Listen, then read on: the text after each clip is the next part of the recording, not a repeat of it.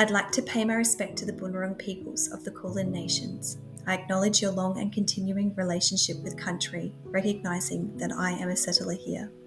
I pay respects to elders past and present and honour the stories and living culture of Australia's First People, while acknowledging our complex history.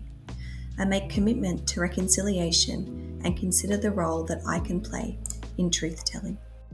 The story which resonated with me was one told by stolen generation survivor Auntie Julie Black, a Buckinji woman who was taken from her mother shortly after birth.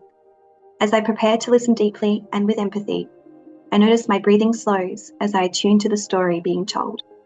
I pay attention to my listening practices, to listen with the intent of connection, not just to the story, but to the person. I prepare myself to listen without judgment or presupposed ideas, and instead ready myself to be brought on Auntie Julie's journey with openness.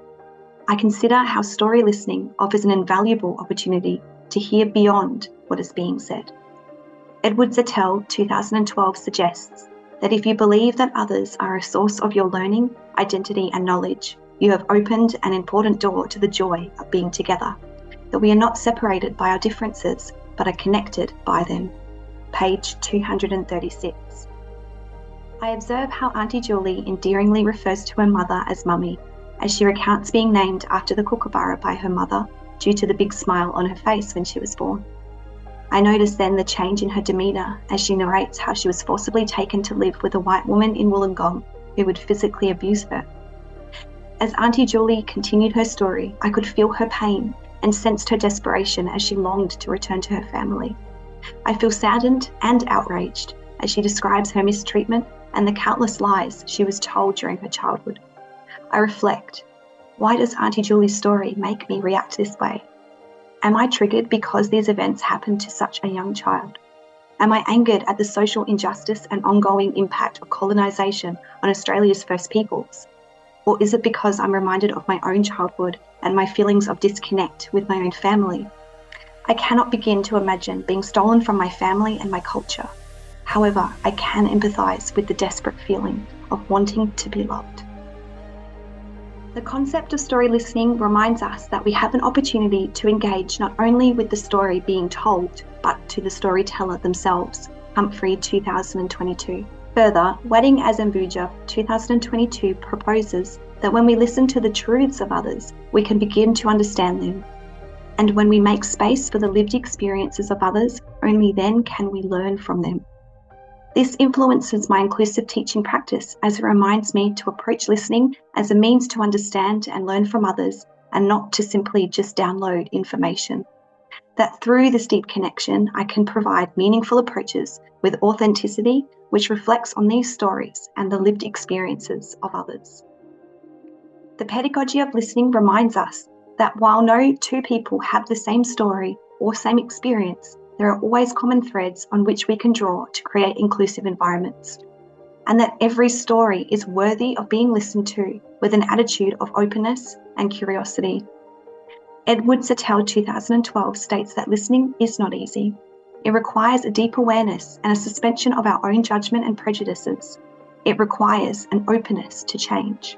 Page 235. When we listen according to this pedagogy, we can create meaningful connections with children and their families to understand who they are, which can inform our inclusive practice and develop a sense of true belonging. Further, story listening can act as a catalyst for advocacy and activism. When we truly listen to the truths of others, we can consider multiple lenses within our practice and engage in critical reflection. As outlined in the EYLF, we can begin to question who is advantaged or included when we work in our particular ways, who might be disadvantaged, excluded, or silenced. Australian Government Department of Education, 2022, page 18. Story listening provides me with a greater respect for the importance of creating meaningful partnerships with families. It reiterates the value of collaboration with children, families, colleagues, and the wider community. That story listening is an act of intentional and relational co-construction of narratives. Humphrey, 2023. It urges me to reflect on what I know and how I've come to know it, and instead view these perspectives through the stories and experiences of others. It invites me to recognise multiple truths can coexist. Through this approach, I can further develop my understanding of the individual cultures, practices, beliefs, and values held by the children and families within my classroom, which can meaningfully inform my inclusive teaching practices. This then allows me to consider how I best support each child and family by using story listening as a method of connection and understanding. It informs my approach on how I interact with others and influences the methods I use to promote inclusion, which reflect the stories of the families and children within the classroom, to provide a genuine sense of belonging where all children and families are represented authentically.